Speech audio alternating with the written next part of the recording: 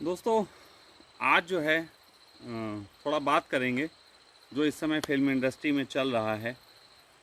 Drugs और casting couch और ये सब इस तरीके की बातें आप लोग टीवी चैनलों पे देख रहे हैं। खैर, वैसे आप सब जानते हैं कि टीवी चैनल इस समय इस पे क्यों लगे हुए हैं। देश में बाकी मुद्दे तो बचे नहीं हैं तो इस पे लगे।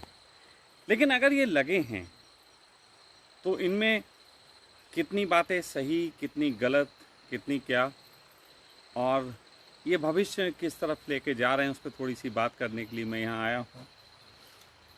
पहली बात तो ये है कि मैं पिछले 6-7-8 महीने से इस बात को चिल्ला रहा हूँ कि हम लोगों को एक ज़बरदस्त गुलामी की तरफ लेके जाया जा रहा है। शुरुआत में जब मैं कहता था तो मुझे ही गालियाँ पड़ती थी, लेकिन खैर अब तो बहुत लोग जानते हैं। लेकिन इस गुलामी को अगर हमें ले जा रहे हैं तो वो बेसिक रूप में ऐसा क्या करेंगे जिससे हमारी गुलामी सघन हो और हम गुलामी स्वीकार करने को राजी हों। तो उसके लिए ज़रूरी होता है कि किसी भी इंसान को आर्थिक रूप से पूरी तरीके से तोड़ दो। अच्छा, आप नोटिस करो इस देश में किस किस जगह क्या क्या चल रहा है। जैसे लॉकडाउन इस समय देश में कहाँ है जो अभी सख्ती से पालन हो रहा है।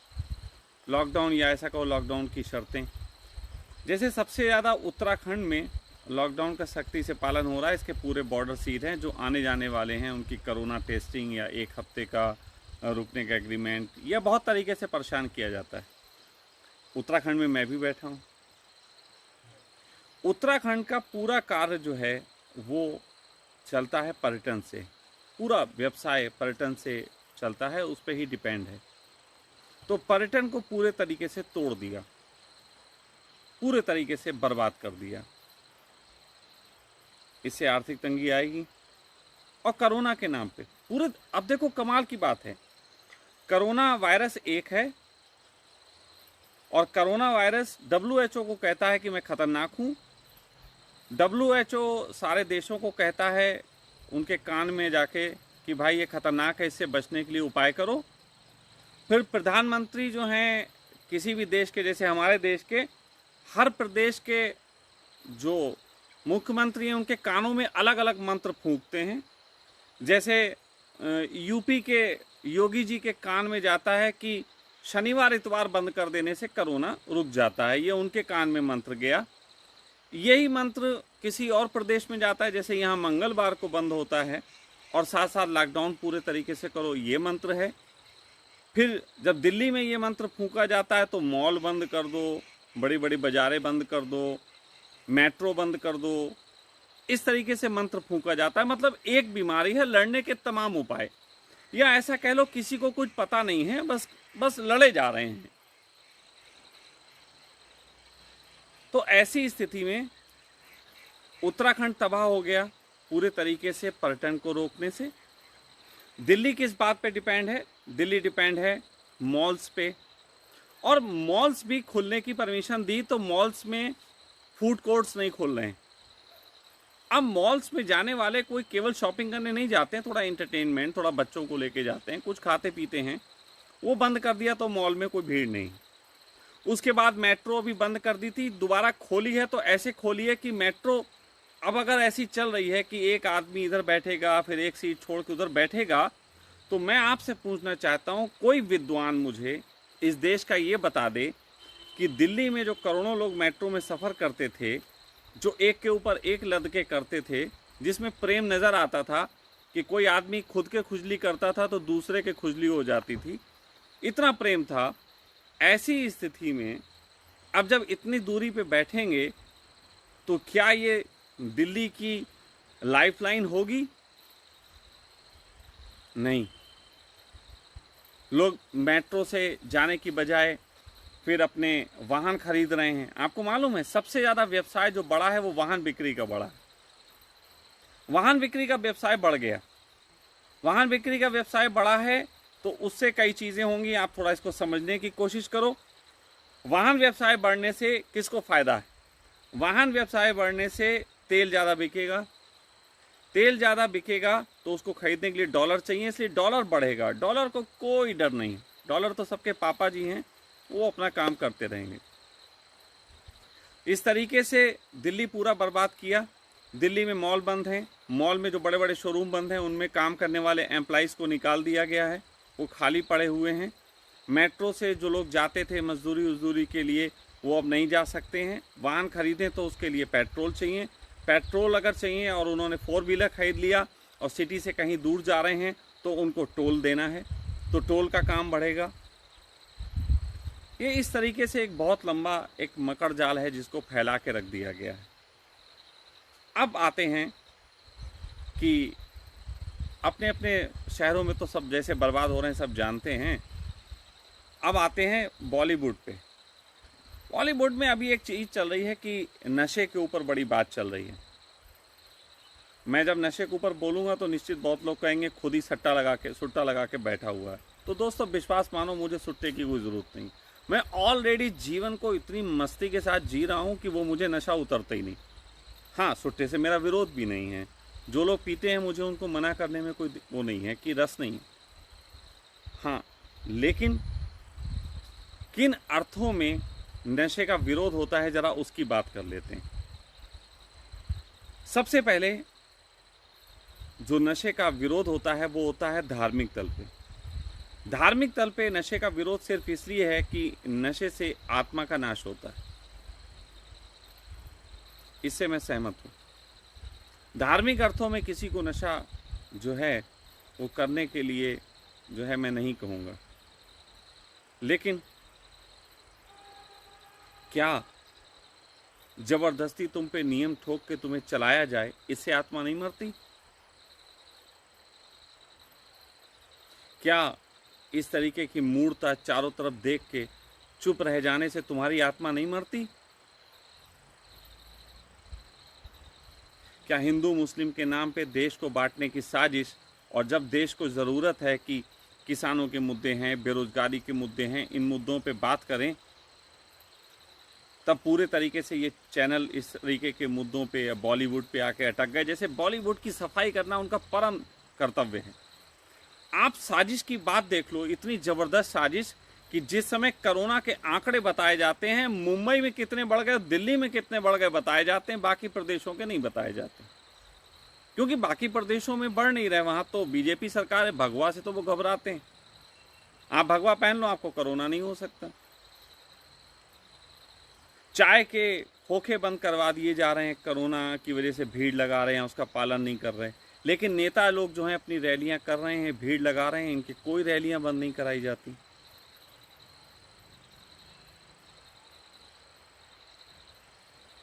ये जो चीज़ें हैं, क्या इससे आत्मा नहीं मरती?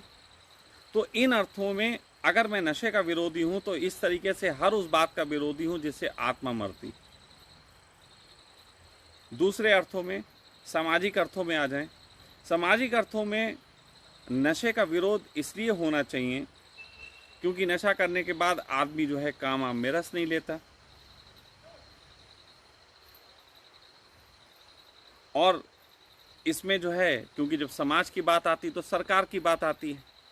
मैं सरकार से पूछना चाहता हूं, जितने भी नशे हैं इंक्लूडिंग मैरिजुआना, इन सब में सबसे घातक नशा जो है वो भांग का। मैं इस बात के लिए शर्त लगा सकता हूं, इस पे प्रयोग करके भी लोगों को दिखाने को तैयार हूं, सबसे खतरनाक नशा भांग का। लेकिन भांग के नशे के ठेके होते हैं। शराब सबसे ज़्यादा महंगी इन अर्थों में मिलती है कि आदमी सरलता से पीता है और हर आदमी पीता है। महंगी पे महंगी कर दी जा रही, सरकार बहुत टैक्स लेती है जिस पे बहुत टैक्स की जरूरत नहीं। लेकिन क्योंकि सरकार को टैक्स मिलता है इसलिए बिक रही। अभी अनुराग कश्यप या दीपिका पादुकोण या रिया चतुर्वेदी या और सो कॉल्ड जो भी नाम चल रहे हैं, अगर शराब पीते पाए जाते कोई बैन होता? नहीं होता। शराब क्योंकि नशा नहीं है उनकी नज़र में। नशा वो है जिससे उनको टैक्सेस नहीं मिल रहे। अब जरा उस पर भी थोड़ा सा खेल पे आ जाते हैं। आपकी दवाइयाँ कितनी बनती हैं आपको मालूम है इन नशों से? इन नशों का बहुत बड़ी संख्या में दवाई बनाने में उपयोग होता है और वो इनडायरेक्ट वे में आप सब खाते हैं। फिर सबसे बड़ा सवाल और वो ये है कि एक आदमी नशा करने को मजबूर क्यों होता है, वो नशा क्यों करता है। जरा हम उस पर बात करें तो पता लगेगा कि हमारी पूरी सामाजिक व्यवस्था सड़गल गई है। एक आदमी इतना ज़्यादा दुखी, इतना ज़्यादा विक्षिप्त हो गया है कि अब नशे का सहारा लेके सो जाने के अलावा उसे कुछ नज़र नहीं आता। इस सामाजिक व्यवस्था की जब बात कहूँगा तो मैं सबसे पहले संबंधों की बात कहूँगा जो सड़गल गए, जो पूरे तरीके से बर्बाद हो चुके हैं। सबसे बड़ा जो है वो संबंधों से सड़ांध उठ रही, इसीलिए लोग नशे की तरफ आतुर हैं। दूसरी सड़ांध उठ रही है कि आदमी को जो उसकी एनर्जी है उसके अनुरूप उसको कार्य नहीं मिलते। लोगों में बेरोजगारी है या धन कमाने के लिए वो करना पड़ रहा है जो उनके स्वभाव में नहीं, इसलिए जो है वो नशे लेते हैं। नशे लेते हैं इसलिए क्योंकि महत्वाकांक्षा की एक अंधी दौड़ में हमारी शिक्षा ने हमें लगा दिया। हमारी शिक्षा बिना आदमी का स्वभाव जाने उसको बस एम्बिशंस की शिक्षा देने में लगी हुई। डॉक्टर बनना, इंजीनियर बनना, आईएएस बनना, पीसीएस बनना। अरे पूछो तो किसी को बनना है कि नहीं बनना है। आप में से जितने भी लोग हाई स्कूल या इंटर में अपने कॉलेज को जब छोड़ के निकले होंगे तो उनमें से बहुत से लोगों ने जिन कॉलेज को चुना होगा उसको चुनने में 90% वो लोग होंगे जिन्होंने अपने दोस्तों के कारण वो कॉलेज चुना होगा कि हमारे दोस्त वहां गए। फिर दोस्तों के क्लास अलग ना हो जाएं इसलिए वो सब्जेक्ट ले लिए होंगे जो दोस्त ले रहे हैं, या फिर कारण होगा आपके माँ बाप ने थोप के कि बेटा ऐसा बनना है, आपको वो सब्जेक्ट दिला दिए। आपके अंदर से वो आए, ऐसे मुश्किल से 10% लोग पाए जाते हैं। फिर 10% लोग जो अपने स्वभावगत अपनी डिग्रियां लेके अपने को थोड़ा सा जागरूक बना के सरकारी नौकरियों की आस में जीवन जी रहे हैं, उनको नौकरियां उपलब्ध नहीं। अभी की मैं बात बताता हूँ, मेरी बेटी, खुद की मेरी बेटी, अभी उसका जॉब लगा, बामुश्किल कई बार उसकी परीक्षाएं रद्द हुई, ये हुई वो हुई, फिर सरकारी नौकरी में उसका जॉब लगा। जब जॉब लगा, अभी जॉब की खुशखबरी आए देर नहीं हुई, 2 दिन बाद सरकार ने स्टे ले लिया। सरकार ने अदालत में लगा दिया कि इन परीक्षाओं में कुछ घोटाले हुए सरकार की तरफ से। अब कमाल की बात है कि मैं ही परीक्षाएं कराता हूं और मैं ही बाद में उसमें स्टे लगा देता हूं कि परीक्षा सही से नहीं हुई। जूता किसे मारोगे, गुनहगार किसे कहोगे। लचर व्यवस्था ऐसी है कि पूछो मत। तो ऐसे में तो 10% लोग हैं जो अपने स्वभाव में जीने के लिए, अपने तरीके से चलने के लिए जिंदगी को चुनते हैं और वो वैसी जिंदगी पा नहीं पा रहे, फिर नशे का सहारा लेते हैं।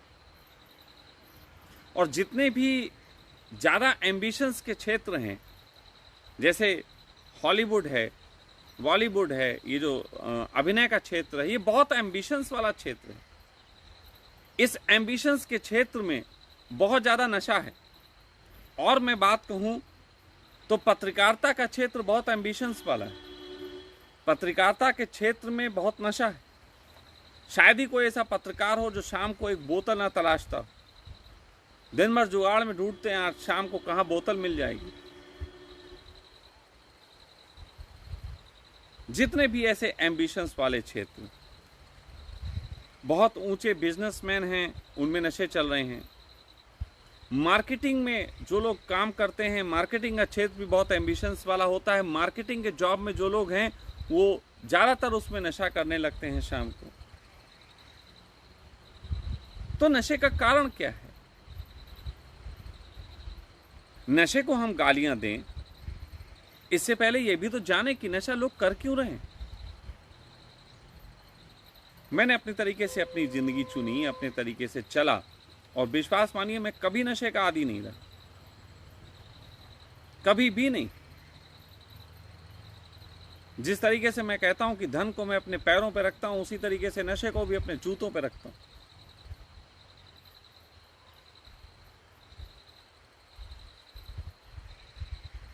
तो ये जो चीजें हैं, जो हॉलीवुड और इन सब की बातें उठा के आज ऐसे कहे जा रहे हैं, मैं आपको कई ऐसे पत्रकारों के नाम बता सकता हूं जो न्यूज़ चैनल में जिस समय वो बैठते हैं चर्चा के लिए, उस समय दारू पी के बैठते हैं।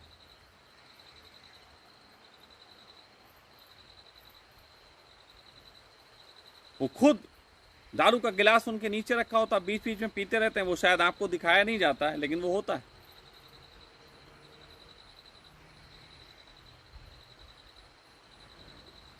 ये जो चीज़ आज की तारीख में चल रही है, मैं विश्वास से कहता हूं कि इस देश का जितना बुरा समय इस समय चल रहा है, ना इससे पहले 70 सालों में चला, ना उससे पहले 200 साल अंग्रेजों के शासनकाल में चला, और ना उससे पहले 1000 साल मुगलों की गुलामी में चला। इतना बुरा दौर कभी नहीं चला जितना बुरा दौर ये चल रहा है। सब एक जिद में बैठे। कंगना रनावत वो अपने मुद्दे उठा रही हैं। कंगना रनावत कहती हैं कि उनको कोई सर्टिफिकेट देने वाला होता कौन है, लेकिन स्वयं वो पूरे जगत को सर्टिफिकेट बांट रही। वहां की सरकार ऐसी, यहां की सरकार ऐसी। मोदी जी बहुत बढ़िया, क्योंकि उनकी गोद में बैठ के इस समय बहुत आसान है किसी को गाली देना। और जो मोदी की गोद में बैठे नहीं हैं, वो सब क्रिमिनल हैं। आप देखो, सिंपल सी बात, बिल्कुल बिल्कुल सिंपल सी। अभी सुशांत ने आत्मदाह किया या चलो हत्या हुई, इतनी घनघोर जांच शायद ही किसी केस की गई जितनी इस केस की गई। कारण सुशांत बिहारी था। उसके बाद वो कह रही है कि ये सुशांत भी नशा लेता था। सब, वो बच्चा था, वो मासूम था, उसको नशा दूसरे दे रहे थे। लेकिन अभी जो और लोग नशे की उसमें आ रहे हैं सुनने में, रिया चक्रवर्ती, ये सब दुष्ट लोग हैं। अगर नशा ही लेना वाला दुष्ट है तो सुशांत सिंह राजपूत पे मरणोपरांत नशा लेने का केस क्यों नहीं करते? करना चाहिए। मरणोपरांत उस पे भी एक केस होना चाहिए। उसको किस बात का तुम जो है वो बरी कर दिया तुमने? कंगना रनावत भी कहती हैं कि कभी को वो नशे लेती थी, तो उन पे भी फिर कि अतीत में लिए गए नशों के कारण।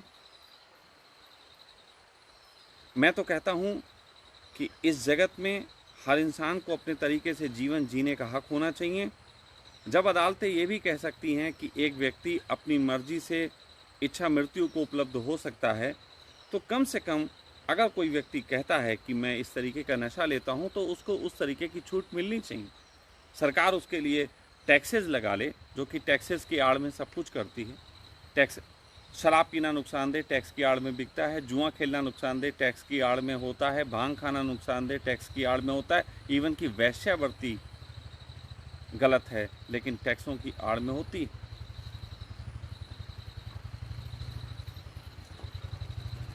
तो मैं ये जो थोड़ा सा जो मुझे ऐसा लगता है कि कम से कम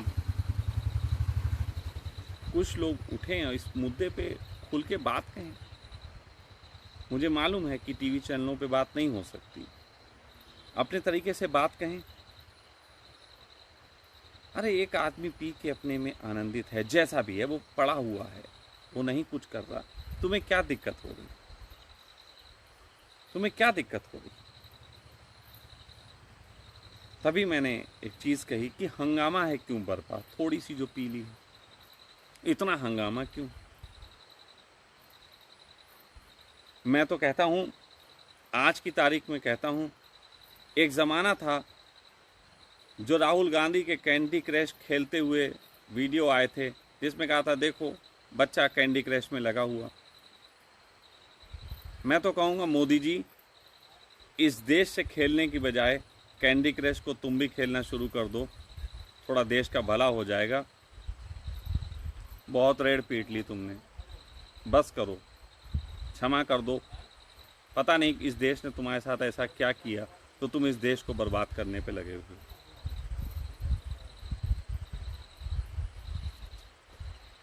प्रणाम।